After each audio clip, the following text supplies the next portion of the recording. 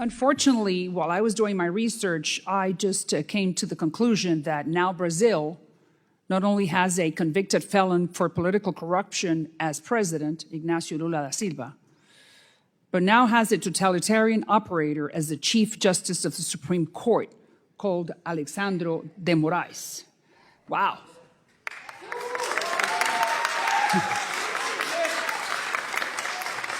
Thank you.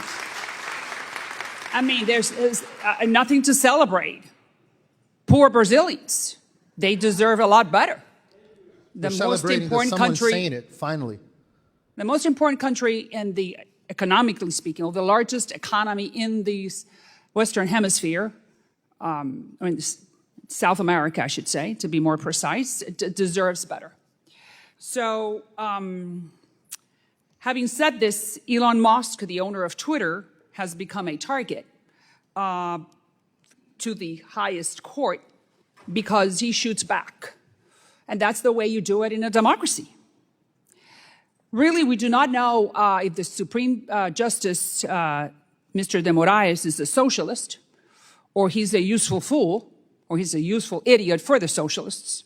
But we do know that he is curtailing the most fundamental right that any democracy, including the Brazilians, have, which is free speech. And I really do not understand why.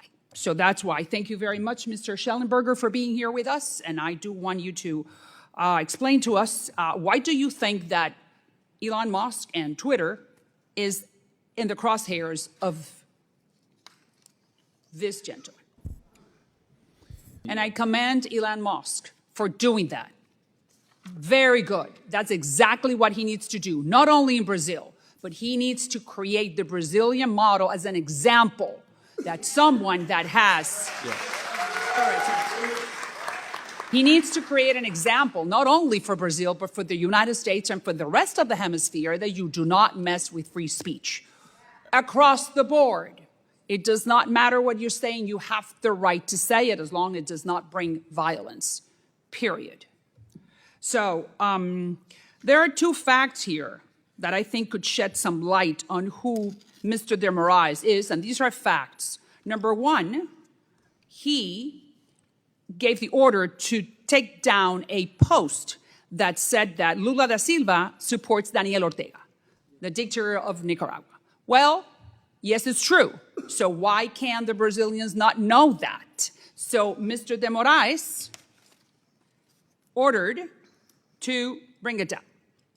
Number two, he gave 1 hour to the company, to Twitter, to take down posts by conservative politicians, or they would be fined $30,000. So 1 hour, what about if you read the email 30 minutes into it? So you only had 30 minutes to bring it to, take it down, or be fined $30,000. And those two politicians are here, Carla Zambelli and Marcel Van Hatten. Is that true? Yes.